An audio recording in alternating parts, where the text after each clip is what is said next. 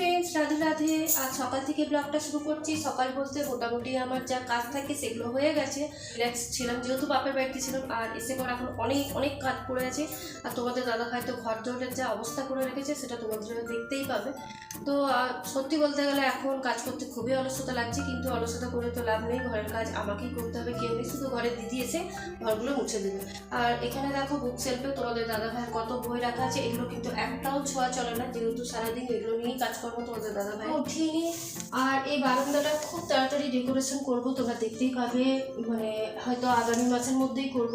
আর এই বারান্দাটা জানো তো আমার কাপড় জমে জমে এমন হয়ে আছে, মানে সে এখন বারান্দাটা তোমার স্টোর রুম হয়ে গেছে। তো এটা যতদিন না গুছাচ্ছি একদম ভালো লাগছে না। তো চলো এবার বাকি ঘরের কাজ আছে, আর একটু ঝুল জমেছে, তো ঝুলগুলো পরিষ্কার করে নেব। আর মোটামুটি ঘরের অবস্থা খুবই খারাপ, তোমাদেরকে দেখাচ্ছি। তো এই বেডরুমের অবস্থা দেখতেই পাচ্ছ, কাল রাত্রে এসেছি, তো সেরকমভাবে কিছুই গোছানো হয়নি। এদিকে জানলাগুলোও বন্ধ করা আছে, তো এক এক করে প্রত্যেকটা রুম আমি পরিষ্কার করব। আর এইদিকে তোমাদেরকে ছোটো বেডরুমটা দেখায়। ছোটো বেডরুমে দেখো এতগুলো কাপড় জমে আছে। আর তারপরে বেডটার আজকে বেডশিটটাও চেঞ্জ করব, হয়ে গেল অনেক দিন, আর জানলাগুলোও খুলিনি। তো চলো তোমরা ভিডিওটা দেখতে থাকো। তো প্রথমেই হাত দিয়ে ফেললাম তোমার ঝুল ঝাড়তে, কারণ যেহেতু তোমার 3 থেকে 4 দিন মতন ঘরের কোনো এরকম কাজ হয়নি, তাই মোটামুটি কিন্তু আমার ঝুল হয়েই গেছিলো। তাই প্রথমেই ভাবলাম বিছানাটা ওঠাবার আগে আমি যদি ঝুলটা ঝেড়ে নিই, যেটুকু নোংরা পড়বে, তাহলে আমার বিছানাটা ঝাড়াও হয়ে যাবে আর তোমার ঘরটাও পরিষ্কার থাকবে।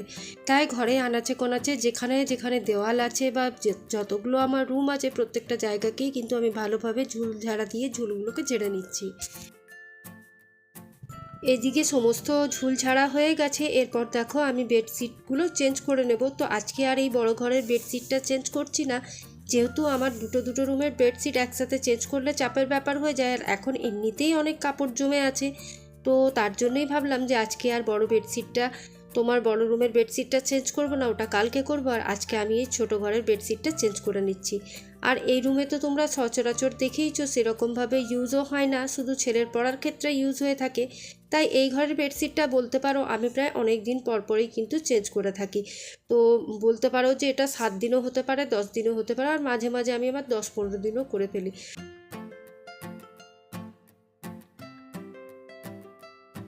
আমার মনে হয় সবথেকে বিরক্তিকর কাজ হচ্ছে এই কাপড়কে গুছিয়ে রাখা। আর এগুলো যদি গুছিয়ে না রাখো তাহলে দেখতেও কিন্তু বড্ড বাজে লাগে। তো সেদিন তো কেচে চলে গেছিলাম, তোমাদের দাদা ভাই উঠিয়ে একটা জায়গায় জড়ো করে রেখে দিয়েছিল, মানে চেয়ারের মধ্যে। তো সেটা দেখতেও বড্ড বাজে লাগছে, আর আমিও মানে মানে ওই রকম এলোমেলো থাকলে একদম আমার দেখতে ভালো লাগে না। তো ওই যে বললাম কালকে এসে এরকমভাবে কিছুই কাজ করিনি, শুধু রান্না বান্না করেছিলাম ঘরের। আর রাত্রেবেলায় তো কোনো ঝাড়া পোছা এসব কাজ করা যায় না। তো তাই সকালে নিজেকেই একটু টাইম বের করে এখন এক একটা কাজ মানে প্ল্যান হিসাবে আমি করে নিচ্ছি। আর এখন চলে এসেছি ডাস্টিংয়ের কাজে। ডাস্টিং বলতে যেটুকু ঘরের ফার্নিচার আছে প্রতিনিয়ত যেগুলো আমরা প্রতিদিন করে থাকি সেই কাজগুলো। তো কদিন ধরে এগুলো মুছো ঝাড়া নেই বলে তোমার বেশ ভালোই ধুলোর একটা স্তর পড়েছে। তো তাই আজকে আমি জিনিসগুলোকে সরিয়ে সরিয়ে ভালোভাবে মুছে নিচ্ছি। তাহলে কি হবে, জায়গাটাও তোমার বেশ ভালোভাবে পরিষ্কার হয়ে যাবে, আর যেটুকু ধুলো পড়েছে সেটাও কিন্তু তোমার বেরিয়ে যাবে। আর এখন বুঝতেই পারছো 9টা থেকে আমি আমার কাজ শুরু করেছিলাম, এখন সবে 9:15 বাজছে। ঘণ্টাখানিকের মধ্যেই কিন্তু আমরা যদি চাই আমাদের সমস্ত ঘরের কাজ সুন্দরভাবে পরিষ্কার পরিচ্ছন্নভাবে কিন্তু করে নিতে পারি। শুধু মনের মধ্যে ইচ্ছা থাকতে হবে, অলসতাকে হাতাতে হবে।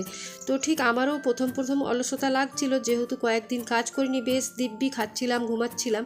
আর এখন এসে যখন কাজটা হট করে করতে হচ্ছে তো একটু চাপ লাগছে, কিন্তু যাই হোক সংসারের কাজ নিজেকেই করতে হয়।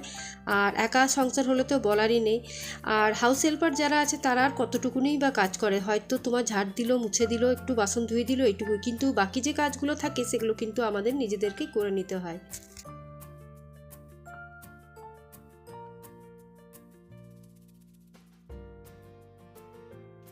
স্টেপ বাই স্টেপ কাজ করলে কিন্তু দেখবে কাজগুলো কিন্তু আমার ঝটপট হয়ে যায়। আমি কিন্তু একবারই সমস্ত কাজ কিন্তু হুড়মুড়িয়ে করিনি। এক একটা রুম দেখো আমি এক এক রকমভাবে পরিষ্কার করছি। প্রথমে তো দেখতেই পেলে ভালোভাবে ঝুল টুল ঝেড়ে তারপর সমস্ত ঘরের বেডশিটগুলো চেঞ্জ করে নিলাম। আর তারপর তোমার এই যে ডাইনিংটাকে ভালোভাবে পরিষ্কার করে নিচ্ছি, আর প্রত্যেকটা রুমে আমি যেটুকু ফার্নিচার ছিল সেগুলো ডাস্টিং করে নিয়েছি। এরপর রান্নাঘরটা পরিষ্কার করে নিচ্ছি, দেখতেই পাচ্ছ। সেই সময় আর রান্নাঘরটা পরিষ্কার করিনি, তোমাদের দাদাভাই অফিস গেছিলো তখন রুটি তরকারি করে দাদাভাইকে অফিসে পাঠিয়ে দিয়েছি। আর আমি আজ ভেবেইছিলাম যে রান্নাঘরটা তো পরিষ্কার করতেই হবে, যেহেতু 3-4 দিন তোমার ইউজ করা হয়নি, আর যেটুকু ধুলোবালি এই জানলা দিয়ে ঢুকেছে সেগুলোও তোমার পরিষ্কার করতে হবে। তো যাই হোক, এখন কস্তুরি মেথির প্যাকেটটা কাটা হয়েছিল, সেটা আর ঢালা হয়নি, তো তাই এখন ডাব্বার মধ্যে ঢেলে নিচ্ছি। আর এই সময় তো দেখবে ধনেপাতার ইয়েটা কমতে থাকে, আবার ভীষণ ধনেপাতার দামও হয়ে যায়। তার জন্য এখন আমি গরমকাল ভর্তি কিন্তু এই কস্তুরি মেথির প্যাকেটটা আমি রাখি। আর শীতকালে সেরকমভাবে করি না ইউজ, যেহেতু তোমার ইয়েটা থাকেই, ধনেপাতাটা থাকেই। তো তার জন্যে নিরামিষে যদি একটু কস্তুরি মেথি দিয়ে দেওয়া হয় তাহলে কিন্তু তরকারিতে একটু টেস্টি হয়। তার জন্যে আমি কস্তুরি মেথিটা এই গ্রীষ্মকাল ভর্তি ইউজ করে থাকি। তো দেখো, মোটামুটি আমি এই দিকটা পরিষ্কার করে আর র্যাকটাকেও একটু ভালো করে মুছে নিলাম, একটু ধুলোর স্তর পড়েছিল। আর এরপর যে কাউন্টার টপটা আছে সেটাকেও কিন্তু আমি ভালোভাবে পরিষ্কার করে নিচ্ছি। আর গ্যাসের অবস্থা তো বলারই নেই, শুধু চা হয়েছে, দুধ গরম হয়েছে, এইটুকুই। কিন্তু যে একটু পরিষ্কার করে রাখবে বা তোমার ন্যাকড়া দিয়ে মুছে দিবে সেটাও করেনি। আর সত্যি বলতে গেলে দোষ ওদেরও নেই, সারাদিন তোমার অফিসের কাজ করে তারপর টিউশনি পড়িয়ে এইসব করার পর কিন্তু ইচ্ছে করে না যে ঘরে এসে ঘরের সমস্ত কাজ করব।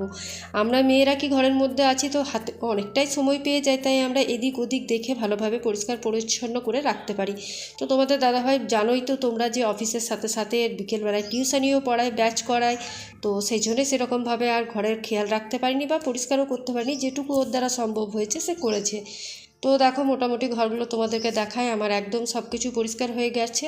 আর পরিষ্কারের পর যখন ঘরদোর এইরকম দেখতে লাগে কিন্তু ভীষণ ভালো লাগে। তো ডাইনিংটাও তোমাদেরকে দেখায়, আর ছোটো বেডরুমটা দেখাতে পারলাম না, ছেলে ওখানে বসে আছে। তো যেটুকু আমার দ্বারা দেখানো সম্ভব সেটাই তোমরা দেখো।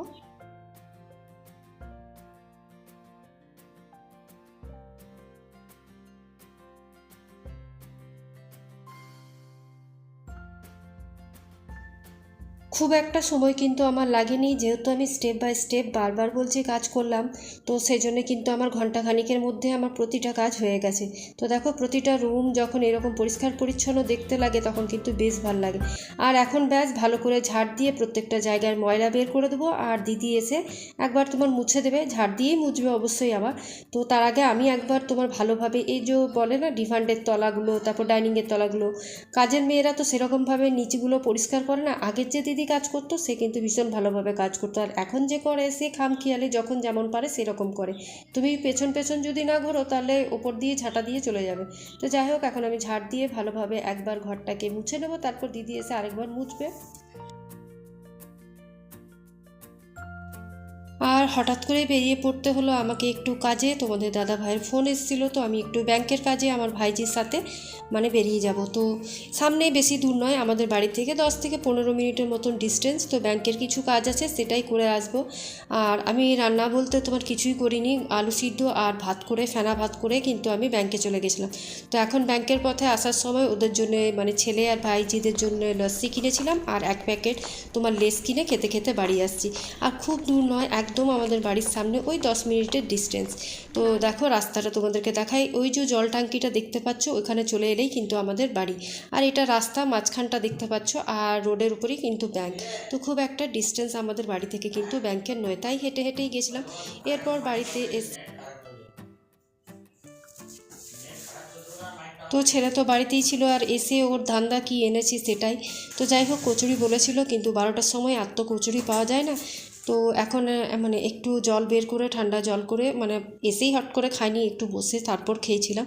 তো জলটা খেয়ে নিয়ে তারপর স্নান করবো। আর আজকে রান্না বলতে ওই ফেনা ভাত, ডিম সিদ্ধ, ঘি আর তোমার আলু সিদ্ধ, এগুলো দিয়েই কিন্তু খাবো, আর কিছু রান্না করব না। তো চলো, স্নান করতে যাওয়ার পর একটু আমি মুখের মধ্যে ক্যানফ্রেশটা লাগিয়ে নিই, একটা প্যাক লাগিয়ে নিই, যেটা আমি রেগুলার বেসিসে ইউজ করে থাকি, সপ্তাহে হয়তো 2 বা 3 দিন। আর এই ক্যানফ্রেশটা কিন্তু ভীষণ ভালো, তোমার যাদের মেচেদার দাগ বা সানবার্ন আছে, যে কোনো রকমের দাগ কিন্তু হাঁটাতে ভালো সাহায্য করে। আর আগে আমি ক্যানেকটিভ ইউজ করতাম, যেহেতু আমার সেনসিটিভ স্কিন ছিল। তো যখন সেনসিটিভ স্কিনটা আমার ভালো হয়ে গেছে তখন আমি ক্যানফ্রেশটা ইউজ করছি। আর এতে কিন্তু যে কোনো ট্যান তোমার দূর করে দেয়। যেহেতু একটু রোদে রোদে হেঁটে এলাম, তার জন্য প্যাকটাকে স্নানের আগে লাগিয়ে নিলাম। তো চলো, আজকের ব্লগটা আর কন্টিনিউ করছি না, এখানেই শেষ করছি। কালকে আবার একটা নিউ ব্লগ নিয়ে তোমাদের সাথে দেখা হবে। ততক্ষণ ভালো থেকো, সুস্থ থেকো, আর সবাইকে সুস্থ রেখো, আর মুখে একটা সবসময় বড় স্মাইল রেখো। আজকের মতন এটুকুই, টাটা।